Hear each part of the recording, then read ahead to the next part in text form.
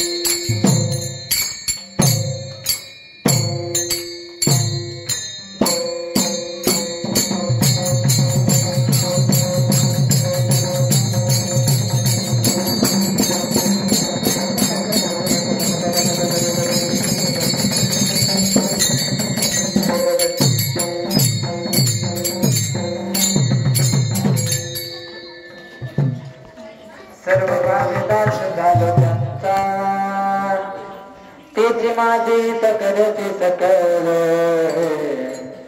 जिने हा गोपाळ कृपा करी भागलिया मज वाहतील कडे आणि जोडे सर्व सुख मीच माझे करते सकल जिने हा गोपाळ कृपा करी तुका म्हणे शेष सेविनावडी वचनाला मोडी बोलिले त्याची माझे करते सकल जिने हा गोपाळ कृपा करे विठ्ठला विठ्ठला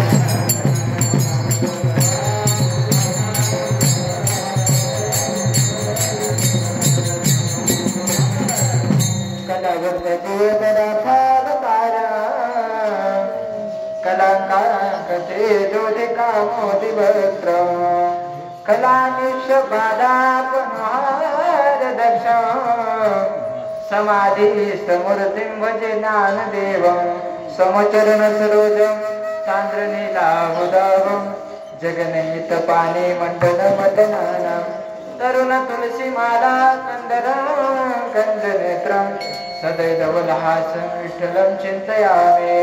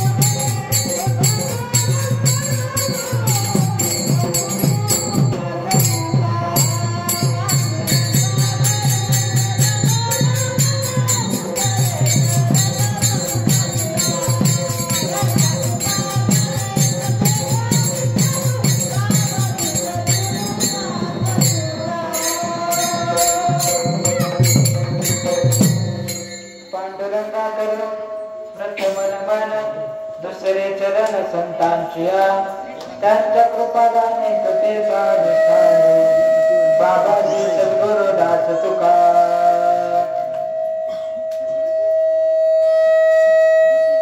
नमो सद्गुरु तुकया नदी पाय नमो सद्गुरु सच्चिदानंद रूपा नमो सद्गुरु भक्त कल्याण मूर्ते नमो सद्गुरु भास्करा पूर्ण कीर्ती ओम नमो ज्ञानेश्वरा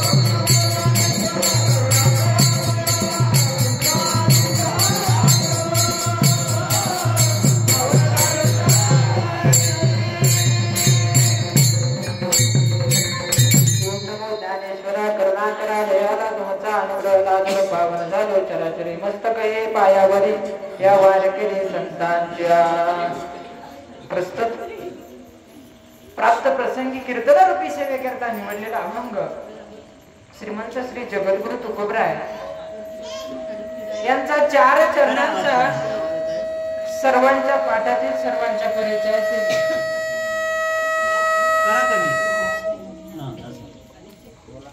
सर्वांच्या पाठातील सर्वांच्या परिचयातील असलेला अभंग संतपर प्रकरणातील अभंग आज या ठिकाणी कीर्तन रूपी सेवेकरता निवडलेला विठ्ठल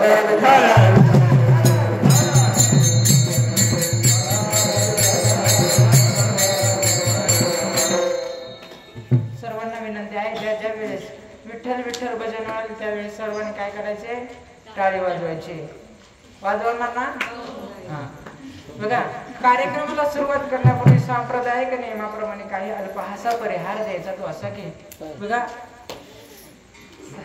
कालावधप्रमाणे चालत आलेली आपली ही दिंडी आणि या दिंडीचा प्रथम दिवस पहिला दिवस तुम्हा सर्व संत मायबापांनी माझ्या वाटेला दिला मी माझं परम भाग्य समजतो मज पामर आहे काय थोरपण पायाचे वाहन पायवरी मला पण माहिती तुम्ही सर्व काय काय झाले जमले खूप लांबून आलोय आपण जास्त बोलण्याचा प्रयत्न नाही करणार थोड्यात सेवा उरकण्याचा प्रयत्न करेल बघा जगद्गुरु तुकोबरायांचा अभंग आहे मी काय मोठा कीर्तनकार प्रवचनकार कोणी नाही मी एक विद्यार्थी आहे आणि माझे कीर्तन हे काय हो एक परीक्षा आहे मी तुमच्या मुलासारखं आहे काही चुकलं तर मला माफ करा बघा मी मोठा कीर्तनकार नाही प्रवचनकार नाही पण परंतु आज माझ्यावर काय झाले गुरुवरायांची कृपा झाली श्री गुरु झाले का असता पाहिजे इतरां झाले का बोल जसं बघा ज्ञानोबरांनी त्या निर्बुद्ध प्राण्यावर कृपा केली आणि त्या रेड्याच्या मुखातून वध वधवून घेतला बघा रेड्याच्या मुखातून वध वधवून घेतला त्या रेड्याची आता वर्षातून 2 वेळेस यात्रा भरते सांगायचं तात्पर्य एवढंच जसं टेपच्या मशीनला करंट दिलेला असतो आणि कॅसेट त्या मशीन मध्ये फिरते त्याचा आवाज एका छोट्याशा साधारणशा साऊंडद्वारा बाहेर येतो असं मला आज काय दिलाय गुरुजींचा करंट दिलेला आहे कॅसेट जरी गुरुजींजवळ फिरते परंतु मी बोलतोय म्हणजे काय छोटासा साधारणसा साऊंड बोलत आहे विठ्ठल विठ्ठल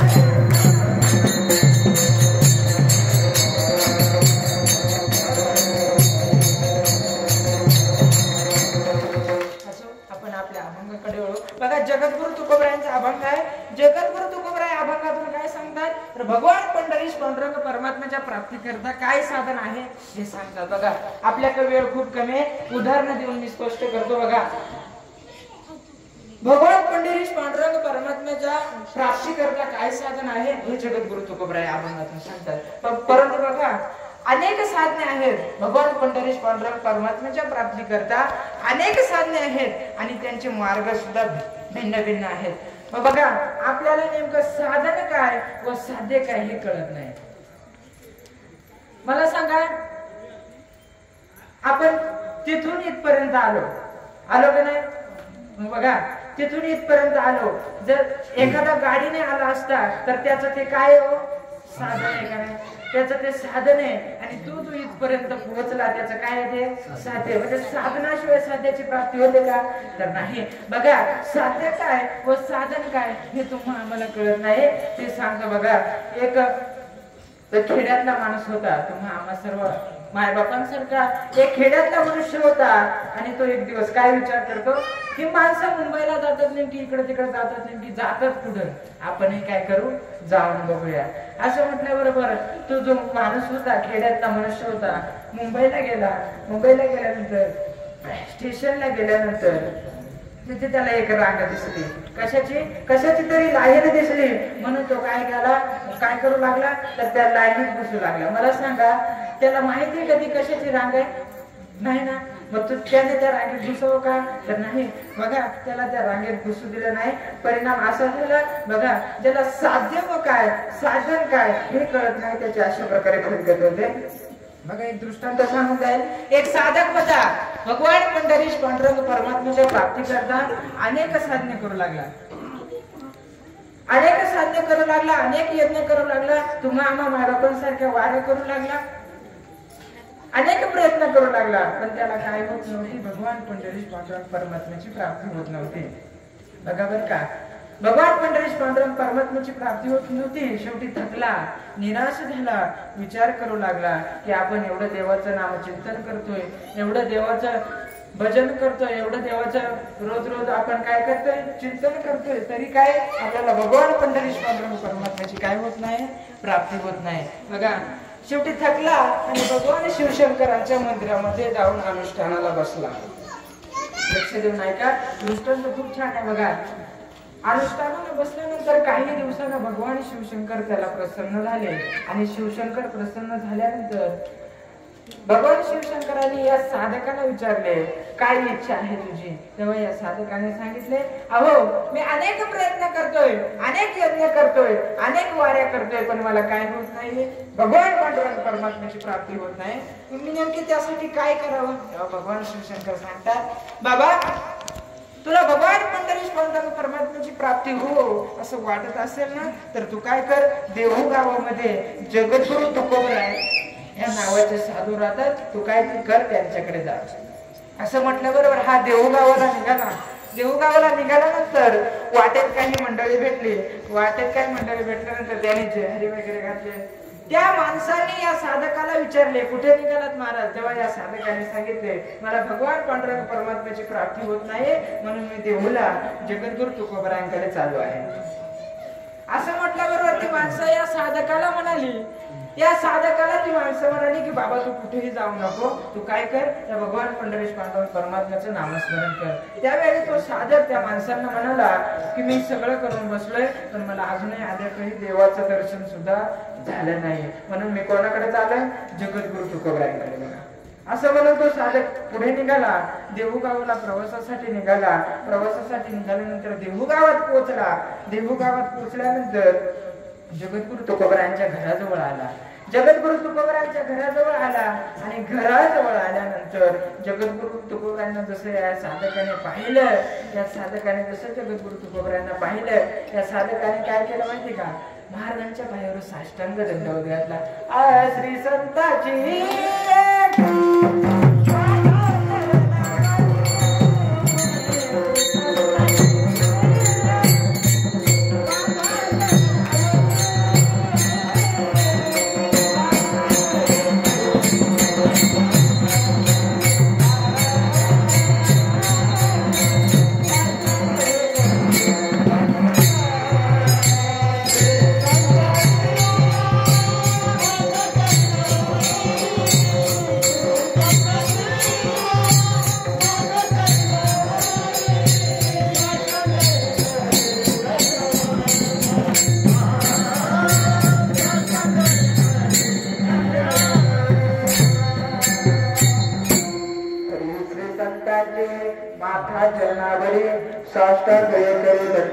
तो जो साधक होता ना, त्या साधकाने जगद्गुरु तुकोबरायांच्या पायावर काय घातला, साष्टांग दंडवत घातला. बघा साष्टांग दंडवत घातल्यानंतर महाराजांजवळ काही दिवस राहिला. तो जो साधक होता जगद्गुरु तुकोबरायांजवळ काही दिवस राहिला. जगद्गुरु तुकोबरायांची सेवा केली. काही दिवसाने जगद्गुरु तुकोबराय त्या साधकाला काय म्हणतात बघा, येथे येण्याचे काय कारण आहे? तेव्हा त्या साधकाने जगद्गुरु तुकोबरायांना सांगितले, मी यज्ञ केले, कर्म केले, देवाचं नामचिंतन केलं, तरी मला अजून देवाचं दर्शन सुद्धा झालं नाही. मग मी नेमकी त्यासाठी काय करावं ते हे विचारण्यासाठी इथे आलो आहे. त्यावेळी जगद्गुरु तुकोबराय सुंदर असे उत्तर देतात बघा की बाबा तुला जर भगवान पांडुरंग परमात्म्याची प्राप्ती हो असं वाटत असेल ना, तर काय आपला देवावर संतांवर काय असला पाहिजे, दृढ विश्वास असला पाहिजे. दृढ विश्वास असला पाहिजे. हा साधक हुशार होता. हा साधक हुशार होता. या साधकाने जगद्गुरु तुकोबरायांना आपला प्रश्न विचारला की महाराज मग मी नेमकी कोणावर विश्वास ठेवू? त्यावेळी जगद्गुरु तुकोबराय सांगतात, मी तुला हे सांगू शकत नाही की तू कोणावर विश्वास ठेवू. परंतु हा साधक अजून हुशार होता. या साधकाने जगद्गुरु तुकोबरायांना प्रश्न विचारला की महाराज मग तुमचा विश्वास कोणावर आहे हे तर सांगू शकता, हे तर सांगू शकता ना? त्यावेळी जगद्गुरु तुकोबराय काय सांगतात, हा बघायचं प्रथम संताची या पाया बजावी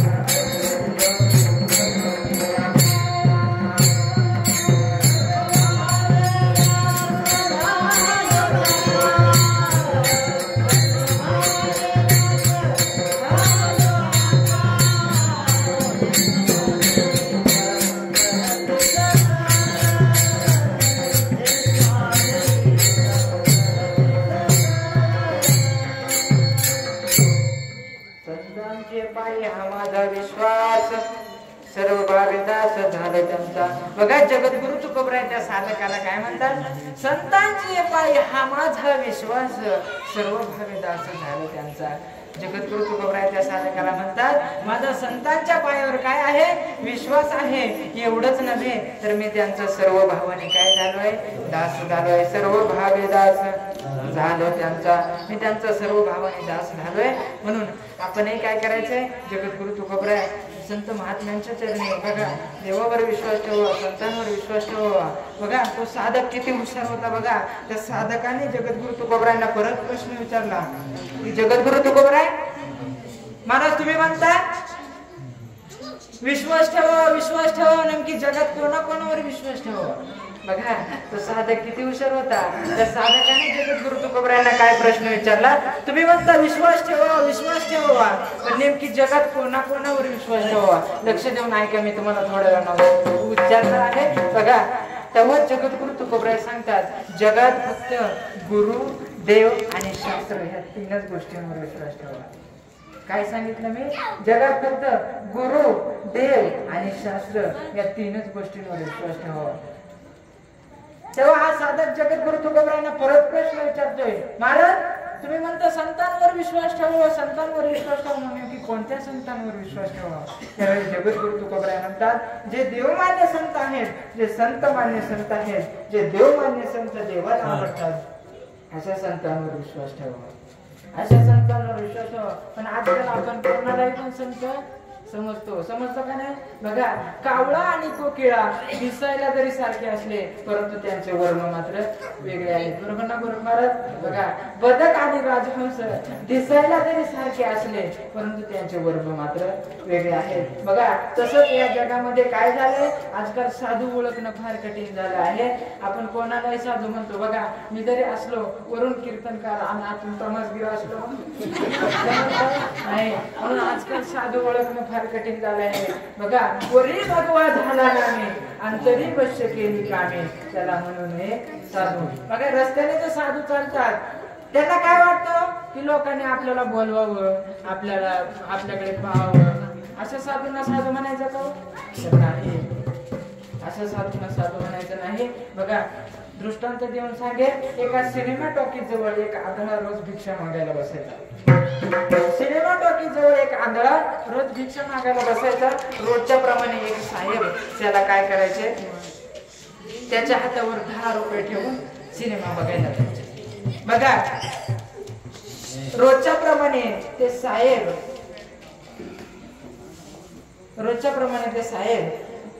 त्या आंधळ्याच्या हातावर 10 रुपये ठेवून जायचे आणि पुढे जायचे सिनेमा बघायला. बघा रोजच्या प्रमाणे ते साहेब आले, रोजच्या प्रमाणे तो आंधळा तिथे होता. पण तो आंधळा तिथे होता का तर नाही, त्याच्या जागेवर काय होता, दुसरा आंधळा येऊन बसला होता. आमच्यासारखं कसं बघा, आम्ही कसं बदली कीर्तनकार लावतो तसं बघा, बदली कीर्तनकार तसं बदली आंधळा येऊन त्या आंधळ्याच्या जागी काय झाला होता, बसला होता. रोजच्या प्रमाणे ते साहेब आले आणि त्या आंधळ्याच्या हातावर 10 रुपये ठेवणारच. तेवढ्याच त्या आंधळ्याकडे बघितले, पाहिलं तर काय, हा दुसराच आंधळा येऊन बसलाय. तेव्हा त्या साहेबांनी त्या आंधळ्याला विचारले की बाबा तू दुसरा आंधळा कुठे, तू कसं काय आला इथे.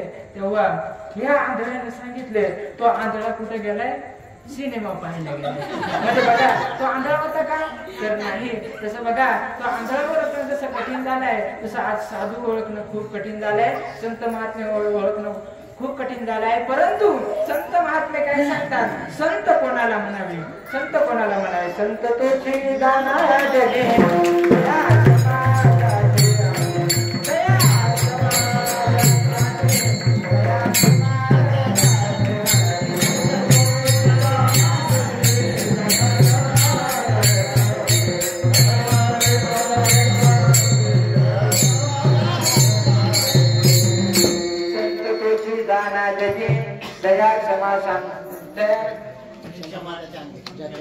ज्याच्या अंगावर दया क्षमा शांतता आहे अशा संतांना संत म्हणायचं. संत तोची जाना जगी, दया क्षमा ज्याच्या अंगी. बघा म्हणून आजकाल साधू ओळखणं फार कठीण झालंय.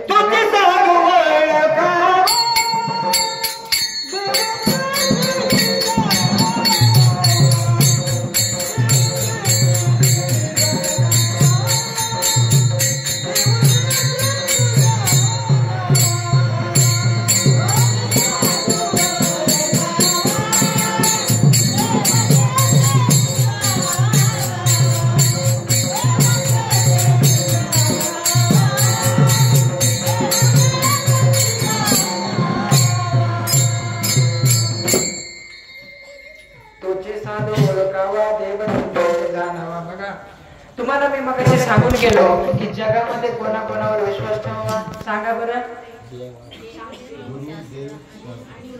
एक देव, गुरु आणि तीन शास्त्र. मग आता बघा या तीन गोष्टींवर विश्वास ठेवा. हे कोण म्हटलं? मी म्हटलो का? नाही, जगद्गुरु तुकोबराय. कोणाला म्हणाले? त्या साधकाला म्हणाले. मग बघा गुरूंवर विश्वास कोणी ठेवला? तर गुरूंवर विश्वास कोणी ठेवला तर ते बघूया. बघा ज्या वेळेस जगद्गुरु तुकोबराय निळोबरायांना म्हणाले होते की जगद्गुरु तुकोबराय निळोबरायांना म्हणाले होते की मी तुम्हाला अनुग्रह दिल्याशिवाय कुठे जाणार नाही? वैकुंठाला जाणार नाही. बघा वैकुंठाला जाणार नाही असं म्हटले होते.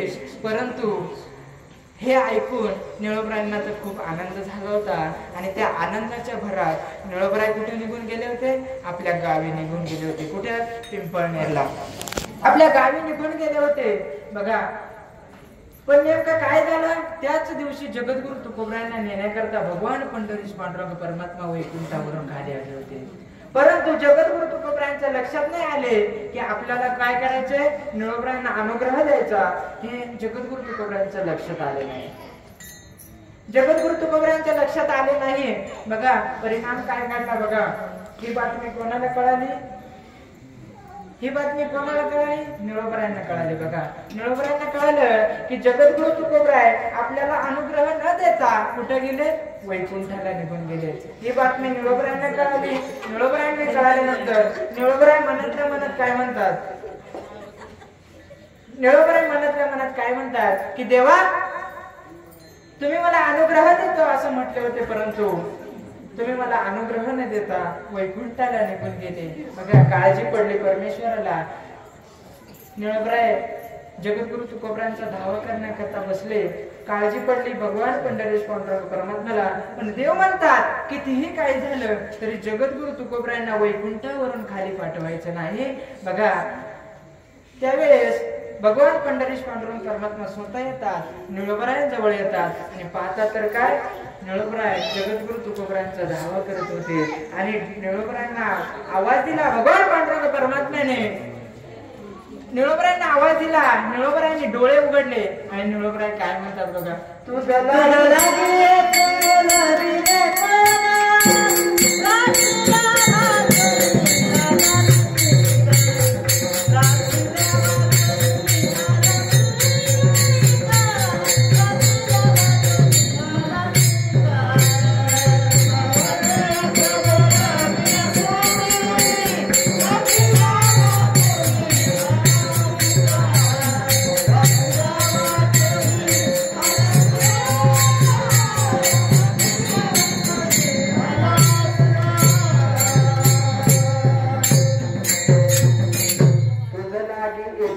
निळोबराय भगवान पांडुरंग परमात्म्याला काय म्हणतात बघा. लक्ष देऊन ऐका.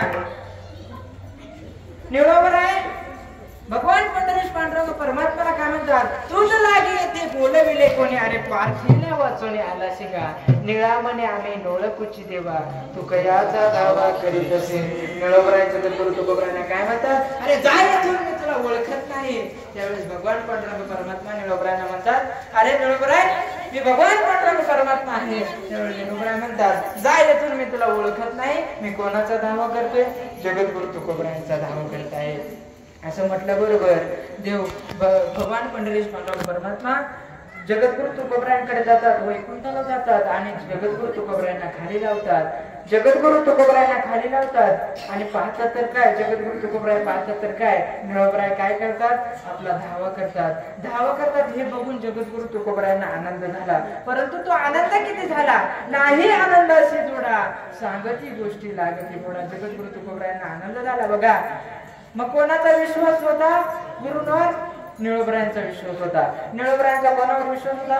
गुरूंवर. आता देवावर कोणी विश्वास ठेवला तर ते पाहूया. विठ्ठल विठ्ठल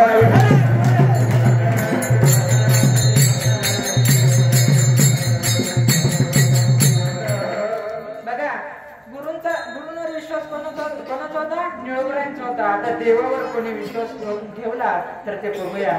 ज्यावेळेस अनामगोदीच्या राजाने भगवान पांडुरंग परमात्म्याला अनामगोदीला नेण्यात आले तेव्हा इकडे वारकरी भक्त देवाच्या दर्शनाकरता पुढे जातात, मंदिरात जातात आणि पाहतात तर काय विटेवर भगवान पांडुरंग परमात्मा दिसत नाही. ज्यावेळेस वारकरी भक्त मंदिरात जातात पाहतात काय तर भगवान पांडुरंग परमात्मा विठेवर दिसत नाही. सर्व वारकऱ्यांना राग आला आणि म्हणू लागले देव आता काय गरिबांचा राहिला नाही, आता तो श्रीमंतांच्या घरी गेला आहे. सर्व वारकरी एकत्र गोळा झाले आणि विचार करू लागले की देवाला आणायला कोण जाणार. त्यावेळेस देवावर देवांचा एकनिष्ठ असणारा लाडका भक्त कोण हो तर भानुदास महाराज म्हणाले मी जातो देवाला आणायला. भानुदास महाराज निघाले, अनामगोदीला पोहोचले. रात्रीची वेळ होती, पूर्ण काळोख होता, अंधार होता. परंतु त्या देवाला कसं कळणार नाही हो? त्या देवाला आपोआप कळलं की आपला लाडका भक्त भानुदास महाराज कुठे आले? बाहेर आले. आपोआप दरवाजा उघडला. सांगायचं एवढंच न सांगता तुम्हा कळ येते अंतर विश्वंभर परिहाराची लगे. बघा त्या देवाला कसं करणार नाही होतं, मनात का अंतःकरणातलं ओळखतो. आपोआप दरवाजा उघडला आणि भानुदास महाराज भगवान पांडुरंग परमात्मा बाहेर येतात आणि भानुदास महाराजांना मिठी मारतात. किती तो आनंद. परंतु भानुदास महाराज म्हणतात देवा तू आता खरंच गरिबांचा राहिला नाहीस, तुला आम्हा गरिबांच्या शिळ्या भाकरी आवडत नाही का देवा? बघा जगद्गुरु भगवान पांडुरंग परमात्म्याला खूप आनंद झाला आणि नेमकं काय झालं त्या आनंदाच्या भरात देवाने आपल्या गळ्यातील हार कोणाच्या गळ्यात टाकला? भानुदास महाराजांच्या. बघा भानुदास महाराजांच्या गळ्यात टाकला. तो हार टाकल्यानंतर भानुदास महाराज तेथून निघून आले. का तर राजा पूजे करता येणार होता. कोणाच्या? भगवान पांडुरंग परमात्म्याच्या पूजे करता येणार होता. बघा भानुदास महाराज तिथून येतात, गंगेवर स्नान करतात आणि स्नान केल्यानंतर गंगेच्या बाजूला त्या भगवान पांडुरंग परमात्म्याचं नामस्मरण करायला बसतात. इकडे राजा भगवान पांडुरंग परमात्म्याच्या पूजे करता येतो. पूजे करता आल्यानंतर पाहतो तर काय देवाच्या गळ्यात नवरत्नांचा हार चोरीला गेला. गाजावाजा झाला, कोणी हार घेतला. सर्व शिपायांना राजाने बोलवले आणि हार शोधण्याकरता लावले. सर्व शिपायांनी सर्व गावातून शोधून काढलं आणि काही शिपाई नदीवर गेले. नदीवर गेल्यानंतर पाहतात तर काय भानुदास महाराजांच्या गळ्यात काय होता? देवाचा नवरत्नांचा हार होता. पण हे भानुदास महाराजांना माहित होतं का? तर नव्हतं माहित. देवाने आनंदाच्या भरात भानुदास महाराजांच्या गळ्यात टाकला होता, तेही भानुदास महाराजांना माहित नव्हतं. बघा परिणाम काय झाला? शिपायांनी भानुदास महाराजांना बंदी केले आणि राजाला कळवले. राजाने मागचा पुढचा विचार न करता सुळावर देण्याचा हुकूम सोडला. कोणाला हो? भानुदास महाराजांना. बघा मागचा पुढचा विचार न करता सुळावर देण्याचा हुकूम सोडला आणि सुळावर देण्याचा हुकूम सोडल्यानंतर भानुदास महाराजांना त्या राजाने विचारले तुझी शेवटची इच्छा काय आहे? तेव्हा भानुदास महाराज म्हणतात मला फक्त एकदा काय कर, त्या काळ्या विटाचं तोंड बघू दे. असं म्हटल्याबरोबर शिपायांनी भानुदास महाराजांना देवाजवळ नेले. देवाजवळ नेल्यानंतर भानुदास महाराजांनी पहिला देवाच्या पायावर दंडवत घातला आणि देवाला मिठी मारली. देवा आता तू खरंच गरिबांचा राहिला नाहीस, तू श्रीमंतांच्या घरी मग्न झाला आहेस. तू आता खरंच श्रीमंतांच्या घरी मग्न झाला आहेस. पण देवा एवढं मात्र लक्षात ठेव, माझ्यावर जरी आकाश जरी कोसळले ना तरीही मी तुला विसरू शकत नाही. जरी आकाशावर पड पाये ब्रह्मा गोळ भंगा जाये, वड वानळ तरी गोण खाये, तरी तुझीच वाट पाये गाडी ठोबा. माझ्यावर जरी आकाश जरी कोसळलं ना तरी मी तुला देवा विसरू शकत नाही. म्हणजे बघा देवावर विश्वास कोणाचा होता? तर बघा देवावर विश्वास होता भानुदास महाराजांचा विश्वास होता. बघा त्या शिपायांनी भानुदास महाराजांना सुळावर देण्यासाठी नेले आणि सुळाचा नुसता भानुदास महाराजांना स्पर्श झाला त्या सुळाचं पाणी झाले. सांगायचं तात्पर्य एवढंच, देवावर विश्वास होता मरणाची वेळ आली पण देवावरचा विश्वास उडाला का तर नाही. म्हणून आपणही त्या संतांच्या पायावर देवावर दृढ विश्वास ठेवला पाहिजे. आता शास्त्रावर कोणी विश्वास ठेवला 5 मिनिटात बघू आणि शेवटला पूर्ण विराम देऊ. बघा शास्त्रावर कोणी विश्वास ठेवला तर विठ्ठल पंतांनी कसा विश्वास ठेवला बघा. कारण विठ्ठल पंतांनी काय स्वीकारले होते गृहस्थ आश्रमातून संन्यास आश्रमातून गृहस्थ आश्रम हे गुरूंच्या आज्ञेनुसार स्वीकारले होते. परंतु त्यांना काय वाळीत टाकण्यात आले. ब्राह्मणांनी त्यांचा छळ केला. ब्राह्मणांनी खूप त्रास दिला. बघा त्यावेळेस ब्राह्मणांना म्हणतात की तुम्ही मला जी शिक्षा द्याल ती मी भोगायला तयार आहे. त्यावेळी ब्राह्मणांनी काय केलं विठ्ठल पंतांना सांगितलं तुम्हाला देहांत प्रायश्चित्त घ्यावं लागेल. बघा मागचा पुढचा विचार न करता देहांत प्रायश्चित्त घेतलं. पण काय घेतलं शास्त्रानुसार. बघा शास्त्र म्हणेल जे सांडावे ते राज्यही तृण मानावे ते घेवडी ते म्हणारे विषय विरुद्ध. बघा गुरूंवर विश्वास कोणाचा होता निळोबरायांचा. देवावर विश्वास कोणाचा होता भानुदास महाराजांचा. शास्त्रावर विश्वास कोणाचा होता विठ्ठल पंतांचा. बघा म्हणून आपणही देवावर विश्वास ठेवला पाहिजे. संतांच्या पायावर विश्वास ठेवला तर काय होतं. अभंगाचं दुसरं चरण हेची माझे हित करतीच कळ हेची माझे हित करतीच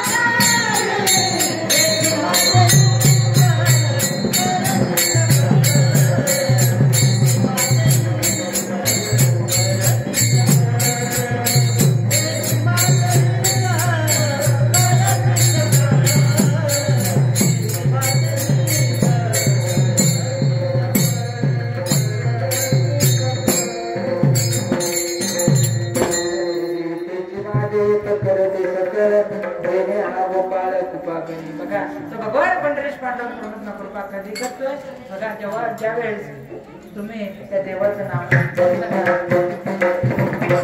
नामस्मरण करा त्यावेळेस बघा मग सर्वांनी एकदा काय करायचे मोठ्या प्रेमाने काय करायचे हात वर करायचे. करायला का जाऊ मी जेवायला करा बरं हात वर. भूक लागले ना सगळ्यांना. बघा सर्वांनी एकदा मोठ्या प्रेमाने हात वर करायचे आणि त्या भगवान पंढरीश पांडुरंग परमेश्वराचं नामस्मरण करायचे. निवृत्ती राया निवृत्ती राया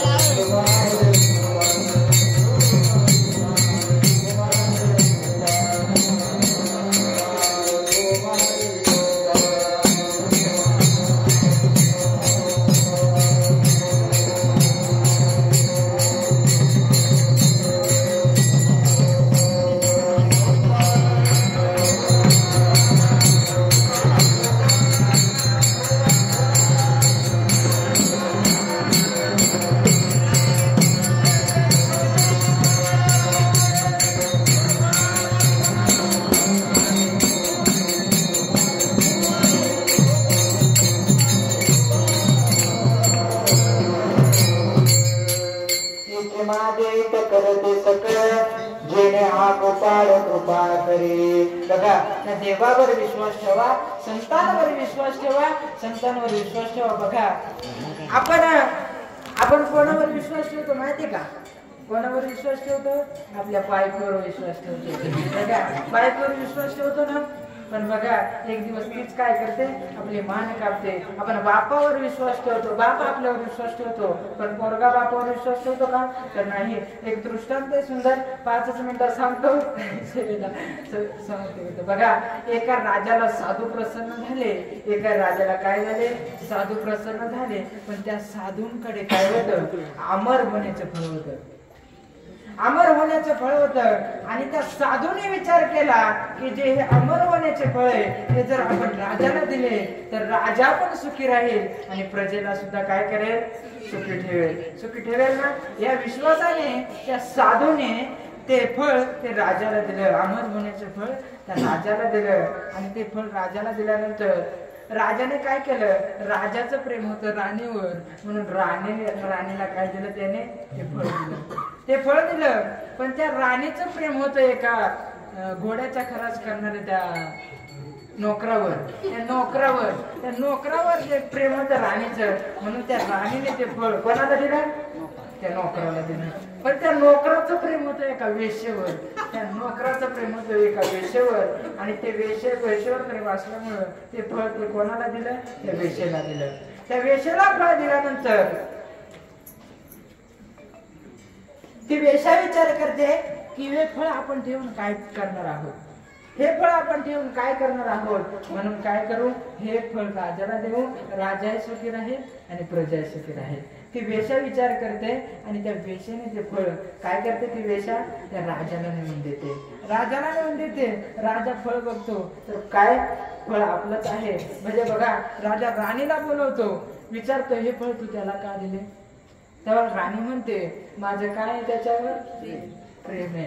काय?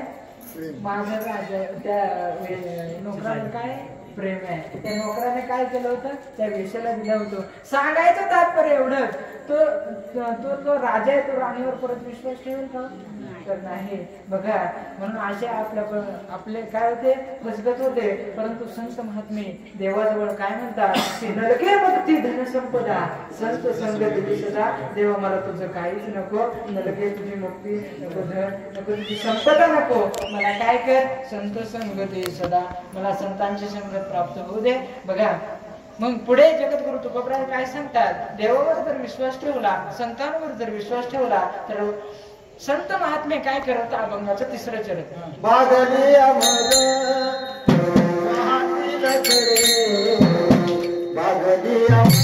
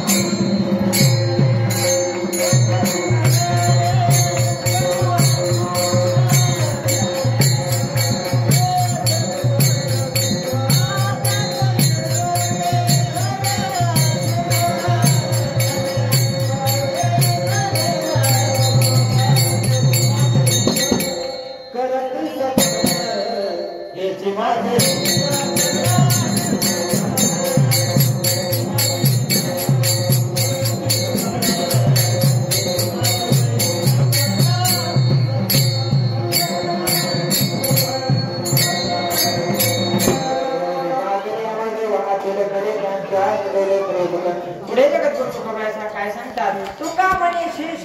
शेष म्हणजे काय हो? तर बघा,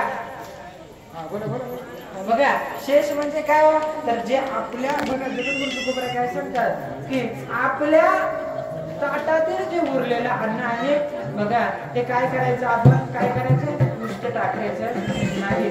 उष्ट टाकायचं नाही. त्याचं कारण असं बघा, आपण जेवायला बसल्याच्या आधी आपण काय करतो? श्लोक म्हणतो का नाही? कोणता श्लोक म्हणतो? वदनी कवळ घेता नाम घ्यासे हरीचे, सहद्रवन होते नाम घेता पोकाचे जीवना करी जीविता अन्न हे पूर्ण उदर भरण जाणते बघा आपण वचन करतो की मी वचन देतो देवाला की मी उष्ट टाकणार नाही मी ताटात उष्ट टाकणार नाही सगळं खाऊन घेईन बघा आता खायचंय तुम्ही पण बघा खायचंय पण सगळं खायचंय उष्ट टाकायचं नाही जगद्गुरु तुकोबराय सांगतात तू का म्हणे शेष शेवीन आवडी वचन न मोडी बोलिले ते बघा जेवणाच्या आधी आपण वचन घेतो म्हणून जगद्गुरु तुकोबराय सांगतात वचन न मोडी बोलिले ते झालेली सेवा भगवान पंढरीत परमात्म्याच्या चरणी बघा छोट्याशा बुद्धीप्रमाणे तुमचा मला मुलगा समजा आणि छोट्याशा बुद्धीप्रमाणे या ठिकाणी बोलण्याचा प्रयत्न केला जर माझ्याकडून काही चुकलं असेल तर ते माझा दोष बघा आपण या ठिकाणी सेवेला पूर्ण ज्ञानेश्वर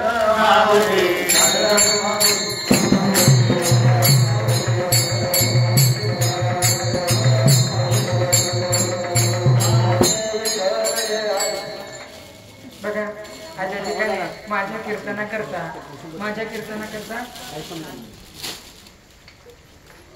उत्कृष्ट असं ज्याने मृदुंग वाजवला आमचे लहानपणापासूनचे मित्र लहानपणापासून माझं काही चुकलं तर तो मला सांगतो त्याचं काही चुकलं मी त्याला सांगतो परंतु लहानपणापासून आम्ही इथपर्यंत अजूनही एकमेकांपासून दूर गेलो नाही जरी आमची भांडणं झाली परंतु आम्ही परत एकत्र येतो बघा तेवढं परत तेवढं बघा लहानपणापासून मित्र माझा हरिभक्त पर्याय आमच्या अकोला तालुक्याचं भूषण गाजलेलं एक रत्न म्हटलं तरी चालेल बघा हरिभक्त पर्याय गोरखजी महाराज सद्गुर या ठिकाणी सुंदर असा मृदुंग वाजवला महाराज तुमचं सुद्धा मनापासून आभार मानतो एकदा जोरदार टाळ्या वाजवा